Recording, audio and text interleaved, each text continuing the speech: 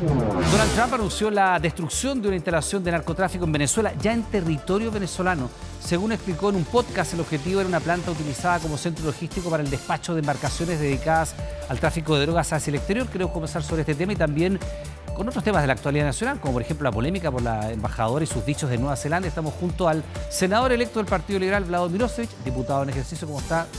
Diputado todavía, o senador. ¿Cómo todavía diputado? Ya. Gracias por la invitación. Primero que nada, buenas tardes, bienvenido. Buenas tardes, gracias. Partamos por lo de Venezuela, a propósito también de lo que significa las relaciones exteriores en la Cámara, ¿no? Este es el primer ataque, o sería el primer ataque ya en territorio venezolano de parte de Estados Unidos, con lo cual hay en la práctica una violación de la soberanía de un país del continente, al margen del régimen político. Por supuesto. A ver, yo he sido crítico del régimen de Venezuela durante, yo te diría, 12 años que vengo alertando.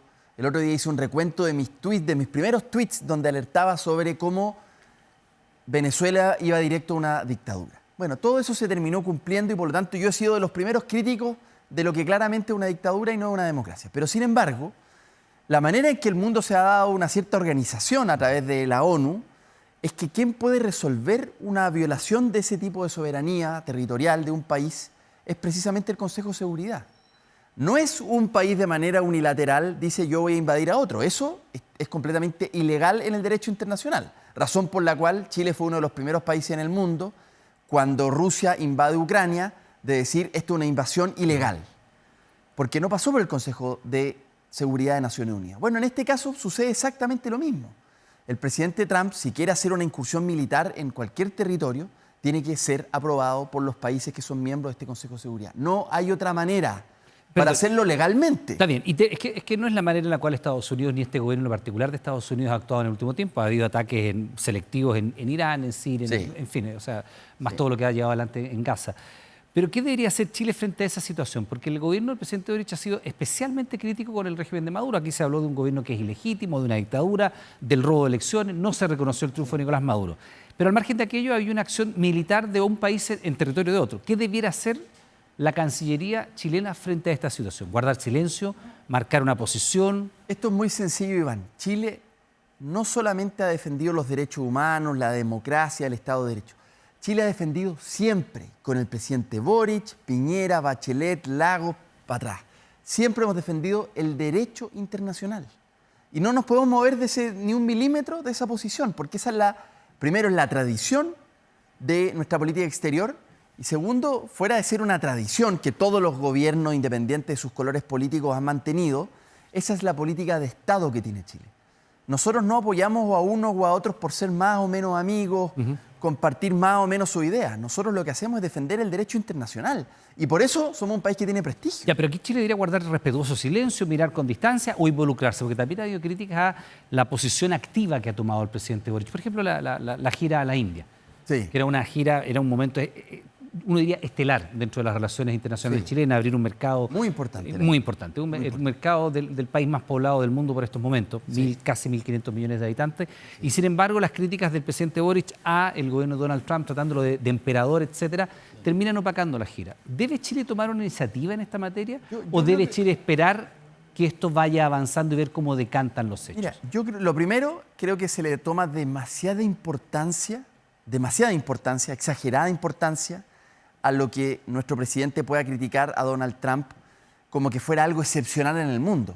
Más de la mitad de los presidentes del mundo han criticado a Donald Trump ahora en ejercicio. ¿Y para qué decir antes, digamos, ¿no? Cuando era candidato? Entonces, no todos tienen visa waiver. Yo creo que en general se le ha puesto una connotación excesivamente como que Chile casi no puede ni siquiera criticar a Estados Unidos. Eso no es verdad y le voy a poner un ejemplo concreto. Cuando Ricardo Lagos era presidente le tocó votar la invasión a Irak. Chile era miembro temporal del Consejo de Seguridad de Naciones Unidas, le tocó votar. Primero Bush lo llama a Ricardo Lagos y le dice, presidente, necesito que me apoye en esto. Y el presidente Lagos le dice, yo no lo voy a apoyar. Primero usted tiene que pasar por el Consejo de Seguridad. Bueno, y estando Chile en el Consejo de Seguridad, votó en contra. En paralelo se negociaba el Tratado de Libre Comercio. Bueno, la verdad es que a pesar del voto de Chile, que terminó resolviendo un rechazo a la invasión, Estados Unidos lo hizo igual, Bush lo hizo igual, pero la posición de Chile fue firme. Diputado, a pesar de eso, Chile logró cerrar la negociación y tener un buen tratado de libre comercio que hoy día lleva 20 años. Entonces yo digo, ojo, nuestra relación entre Chile y Estados Unidos es bastante más fuerte que solo la crítica o no entre un presidente u otro. Además, pero déjeme decir una cosa, Donald Trump está acostumbrado a que lo critiquen. Está bien, pero es una cosa muy... Hay dos puntos diferentes. Primero, Chile efectivamente en esa época era miembro del Consejo de Seguridad de Naciones Unidas. Sí, por una miembro situación temporal. Sí. Temporal, no. Los miembros permanentes son otros, pero Chile era, y además le tocaba ejercer la presidencia del Consejo de Seguridad con Heraldo Muñoz, si no me Así equivoco. es, con Heraldo Muñoz, tal cual. Historia que ha contado Heraldo Muñoz y que ha contado también el presidente Ricardo Lagos de esa llamada del presidente Bush. Sí. La llamada del presidente de Estados Unidos al presidente de Chile tenía esa pertinencia y la opinión del gobierno de Chile tenía la pertinencia de tener que tomar una decisión. Estados Unidos iba al Consejo de Seguridad para conseguir la autorización para invadir Irak y no la obtuvo. Claro. En este caso, una opinión del gobierno de Chile, primero, nadie la ha pedido. Así es. Nadie la ha pedido. Exactamente. Y además de eso, tenemos una evidente distancia entre el gobierno de Trump y el gobierno de Chile. Usted vio cómo llegó el embajador de Estados Unidos a nuestro país con críticas abiertas al gobierno, una cuestión que es bastante inédita. Que no pasa solo en Chile. El presidente Trump tiene esta política de que sus embajadores tengan mayor libertad discursiva como él la tiene. Y eso es muy común en muchos países del mundo. Si usted cree que el presidente Trump tiene una política mucho más agresiva, sabe perfectamente que eso trae consecuencias en los respectivos países y hay declaraciones cruzadas. Mire, eso hay que darlo por sentado. No es algo que vaya a sorprender ni a Trump ni a nadie en Estados Unidos que alguien aquí o en cualquier parte del mundo le responda. Eso es parte y efectivamente, como dice usted, además Chile no está jugando aquí un papel tan trascendental como sí lo jugó en aquella oportunidad del 2001. Entonces, yo me lo tomaría esto con mayor tranquilidad porque es común, porque además el propio presidente Trump utiliza esta política de mayor agresividad comunicacional y sabe que esto trae reacciones.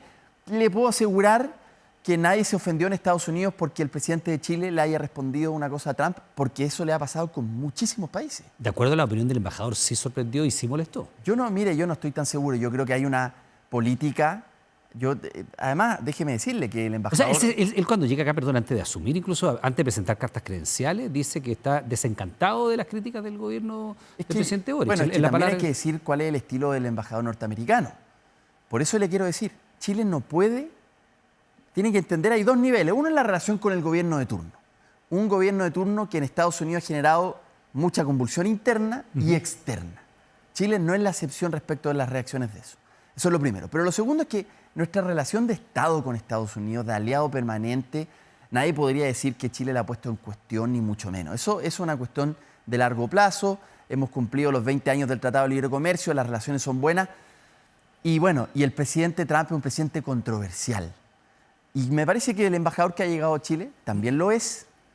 Esa es parte de la política que ellos tienen. Bueno, lo nuestro es una cosa además de largo plazo, independiente de quién gobierne. Diputado, perdón, ¿y si esta situación escala? Porque claro, cuando se conocen los primeros videos de estas ejecuciones sumarias de narcolanchas, que no son otra cosa que eso, cuando Estados Unidos muestra la imagen, destruye una lancha y dice aquí iban 3 terroristas, narcoterroristas, eso es una ejecución sumaria, un Estado de Derecho, un país que tiene además las capacidades técnicas para hacerlo, captura la embarcación, decomisa la droga, pone a las personas a disposición de los tribunales y sigue un curso de acción. Acá se hacen ejecuciones sumarias que incluso en Estados Unidos una de ellas está siendo investigada como posible crimen de guerra por una doble detonación. Sí. Se detona una, quedan sobrevivientes. Un gran escándalo, había una gran por supuesto. Sí. Y esta es la primera incursión terrestre confirmada por Donald Trump. No se ha dicho dónde, no se ha dicho qué efecto, no hay todavía una reacción del gobierno venezolano, pero ya el presidente de Estados Unidos dice atacamos en tierra. ¿Qué pasa si esto escala? Mire, lo que yo recomendaría a este gobierno, al que venga o al que vendrá. Al del presidente Boric, que el que viene... Al presidente Boric, al presidente Kast o del que venga en el futuro. Chile no puede moverse del derecho internacional. Esa ha sido nuestra tradición. Y además, en la práctica. Pero déjenme decirles, no solamente una cuestión principista, que también lo es, también es por principio, pero también una cosa de conveniencia de Chile. ¿Por qué nosotros hemos defendido tanto el derecho internacional? Porque el derecho internacional básicamente le da garantía a los países del tamaño de los nuestros, porque nosotros defendemos el multilateralismo. ¿Y qué eso significa? Entonces, eso en la práctica significa que un país como el nuestro también tiene protección en el derecho diputado, internacional. Y eso en función del derecho internacional. Le pregunto, si esto escala, porque hoy día tenemos un ataque supuestamente selectivo a un punto de embarque y desembarque de estas narcolanchas. ¿Qué pasa si el día de mañana Trump anuncia una invasión por tierra a Venezuela o si anuncia eventualmente una acción militar contra el gobierno de Venezuela, que Chile considera legítimo? ¿Qué dice el derecho internacional que debería hacer nuestro país? Yo creo que esto es clarísimo. Yo siendo un antichavista, contrario a la peor expresión del chavismo, además, que es Nicolás Maduro,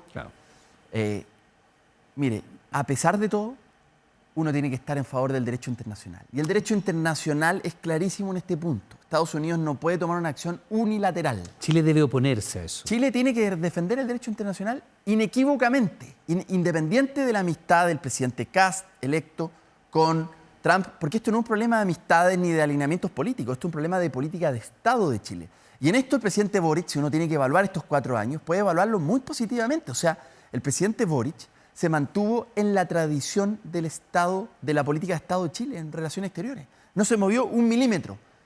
Por el contrario, defendió los valores que siempre Chile ha defendido, independiente de que a quien tuviese que criticar fuera de izquierda o de derecha. ¿O acaso Gabriel Boric en eso nos dio una gran lección? De ser el primero en criticar incluso a sectores de izquierda cuando estaban haciendo un comportamiento antidemocrático. Me parece que en esto José Antonio Kast, espero que no se pierda, digamos. Chile tiene una tradición. ¿En qué sentido? Porque él ha dicho, perdón, en una de sus intervenciones cuando se le pregunta por el tema migratorio, Sí. que es un componente muy altísimo, tiene una raíz venezolana, él dice, le queda poco a Maduro. Y aparentemente que se confunde en el sentido de que con esta cuenta regresiva que él mismo llevaba a propósito de cuando él llegara a la moneda. Cuando él asumiera, claro. Sí, claro. Y él dice, le queda poco a Maduro. ¿Qué significa que no se pierda el presidente? Mire, yo no, primero, no sé lo que quiso decir él, porque no sé en qué sentido un presidente electo chileno, todavía ni siquiera en funciones, podría determinar cuándo sale Nicolás Maduro. ¿O qué información tiene? Yo no, claro, por eso digo, yo no puedo descifrar esa frase que él dijo. Lo que sí tengo claridad, y aquí es cuando digo, espero que el presidente electo no se pierda, y sus asesores más cercanos, es que quien gobierna tiene que respetar una política de Estado. Mire, podemos tener diferencias en lo que quiera, pero en la política exterior una política de Estado que le ha hecho, primero, ha hecho que Chile tenga una imagen de prestigio a nivel internacional y ha traído mucho, además de prestigio, ha traído también mucho crecimiento económico a Chile. Sí, Chile es el país que tiene más tratados de libre comercio del planeta. Y eso ha sido gracias a que Chile ha tenido una política coherente, no solo política comercial, sino que también una política de defender el multilateralismo, ciertos principios democráticos, de derechos humanos. Y esos principios, yo diría, un gobierno de turno no los puede comprometer. Diputado, avancemos en otro tema antes que se nos vaya el tiempo y tiene que ver con la publicación más bien de la embajadora de Chile en Venezuela, Majari Pacarati, quien era la jefa de protocolo del presidente Boric, a propósito de la autodeterminación de Isla de Pascua.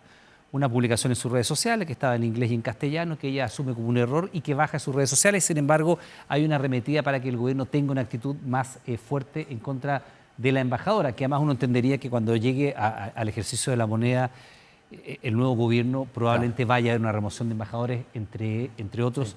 Este caso en lo particular, porque además es una persona que es funcionaria de carrera. ¿Qué significa desde el punto de vista estrictamente que una funcionaria de carrera sea reconvenida por la Cancillería, que es lo que se ha informado desde el gobierno? Sí.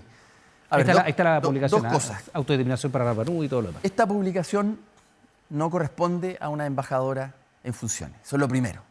Es completamente inoportuna, inapropiada, por lo tanto, está completamente equivocada en lo que hizo la embajadora y por lo tanto, eso es la primera parte que yo comparto plenamente. Ella lo asume y lo baja. Lo asume, la Cancillería la reprende, lo baja.